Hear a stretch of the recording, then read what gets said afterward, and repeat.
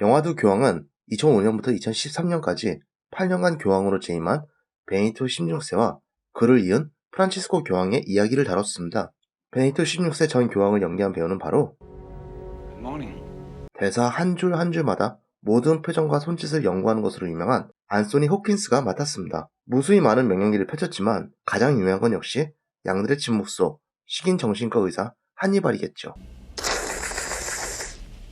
또한 영화 속 프란치스코 교황의 연기는 조나단 프라이스가 맡았는데요. 젊은 시절에는 브라질의 주연으로 출연해 관료주의에 찌든 막장 미래사회에서 탈출을 꿈꾸는 젊은 관료를 그려냈고, 최근 왕자의 게임 속 광신교 집단의 우두머리 하이스페로우로 등장한 바 있습니다. 드라마 속 광신교 세력을 넓히고 왕권을 짓밟기 위해 대비를 불륜이란 이유로 감금, 고문을 일삼은 인물입니다. To make her walk of atonement.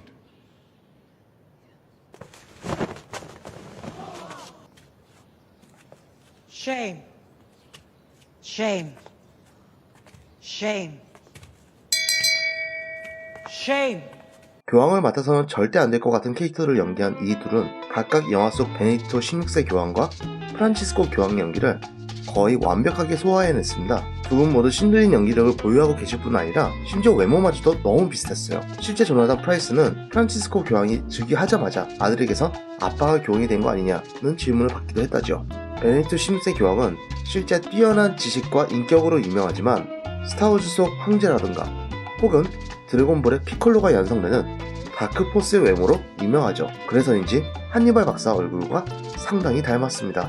이 둘의 외모가 어느 정도로 비슷하냐면 영화 속 실제 뉴스 화면이 자주 섞여서 나오는데 아무런 이질감을 느끼지 못할 지경이었습니다. 두 교황의 이야기이다 보니 종교 영화로 보일 여지가 많습니다. 하지만 실제로 보면 종교 영화에 국한된 작품이 아니란 걸 알 수 있어요.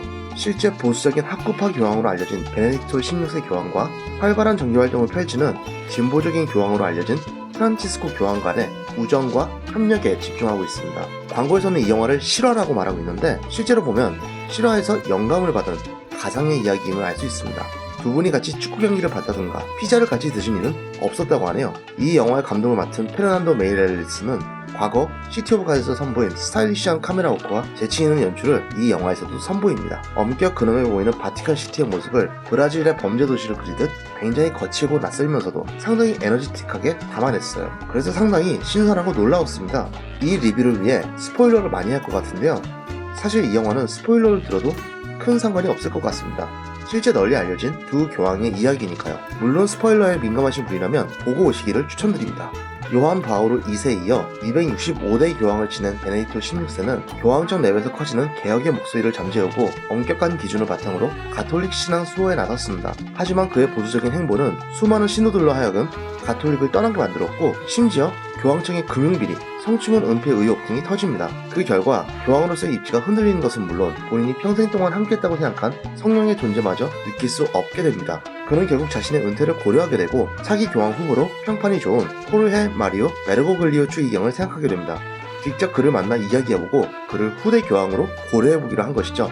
시대의 변화에 따라가지 못한 가톨릭 종교에 지친 훗날 프란치스코 교황이 될 호르헤 마리오 베르고글리오 추기경은 은퇴 허락을 받기 위해 베네딕토 16세 교황을 찾아갔지만 베네딕토 교황은 그의 은퇴를 반려하고 사상과 인품에 대해 확인해 봅니다. 호르헤 추기경은 이혼, 피임, 동성애를 받아들이고 성추문을 저지른 성직자를 바로 해임해야 한다는 등 가톨릭 종교에 다양한 변화가 필요하다고 말합니다. 베네딕토 교황은 그것은 변화가 아닌 타협이다 라고 말을 하며 그의 사상을 전면 부정합니다. 그러나 이들은 토론과 별개로 사적인 대화를 통해 서로 가까워집니다.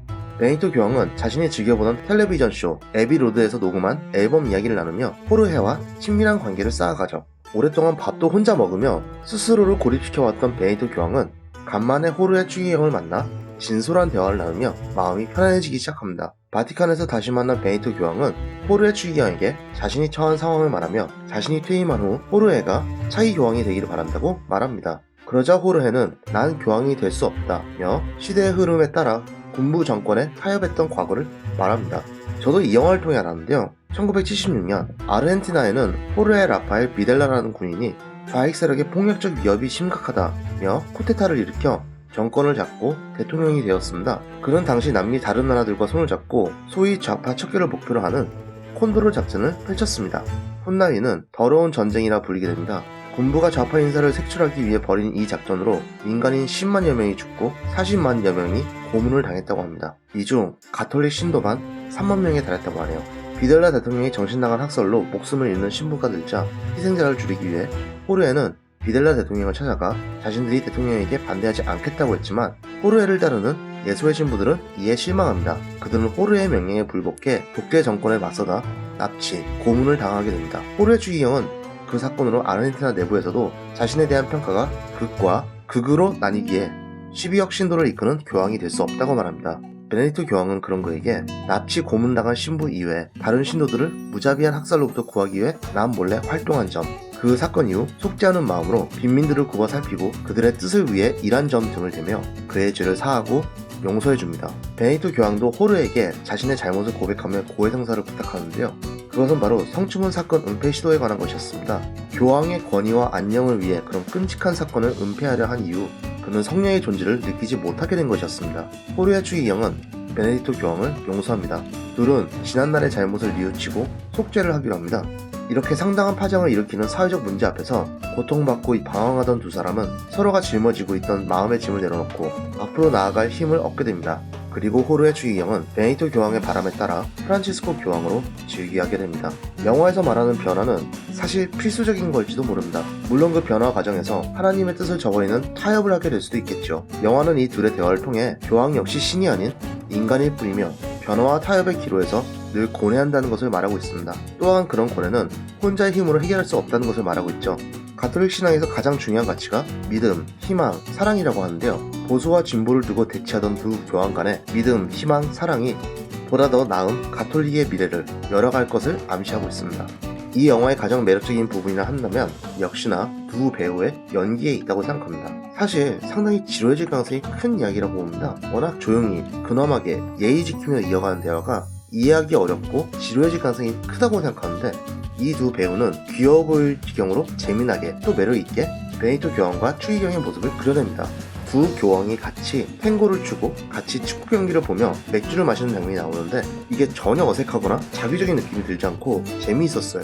이를 담아내는 연출도 상당히 인상적이었는데요. 둘이 주로 대화를 나누는 곳은 여름 별장의 정원 그리고 시스틴 성당입니다. 해당 장소에 들어선 순간 환한 빛이 가득하며 따뜻한 마음을 주고 있죠. 반면 둘이 서로 입장이 충돌할 때는 비교적 과한 핸드헬드 촬영을, 어느 한쪽이 강하게 자신의 의견을 치고 들어올 때는 굉장히 빠르고 급한 줌인을 하는 등 상당히 다양하고 동적인 촬영 기법을 활용하고 있습니다. 그래서 자칫하면 쉽게 놓칠 수 있는 두 배우의 연기 포인트들을 영화가 카메라로 순간순간 다 포착을 하기 때문에 상당히 흥미진진하게 볼 수 있었어요. 게다가 이런 촬영 기법들이 각종 실제 뉴스 영상들의 거친 카메라 움직임과 비슷해서 이들이 나오는 가톨릭 종교에 관한 논의에 보다 더 현실감을 느끼게 하고 있습니다. 특히 영화 초반 교황을 선출하는 콘클라베 시퀀스는 투표를 하기 위해 모이는 추기경들과 뉴스 화면들을 빠르게 교차하며 교황이 된다는 것이 얼마나 큰 의미를 가지고 있는지 알려주고 누가 교황이 될지 서로 눈치를 보는 긴장감을 자아내고 있습니다. 한편 호르헤 추기경의 입을 통해 아바의 댄싱 퀸을 들려주며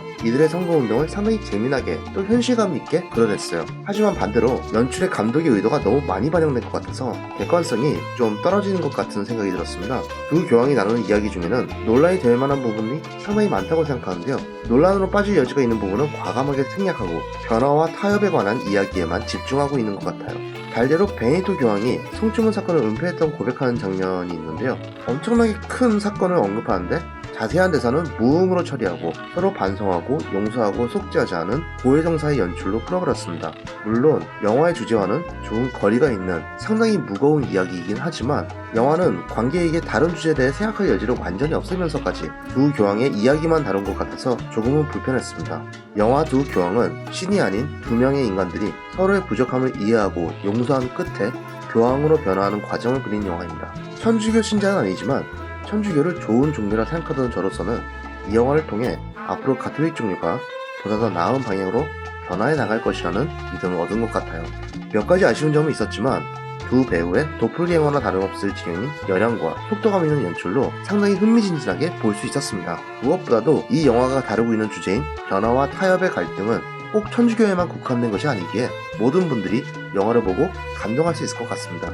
영상을 재미있게 보셨다면 구독 및 좋아요를 부탁드립니다. 앞으로도 열심히 하겠습니다. 시청해주셔서 진심으로 감사드립니다.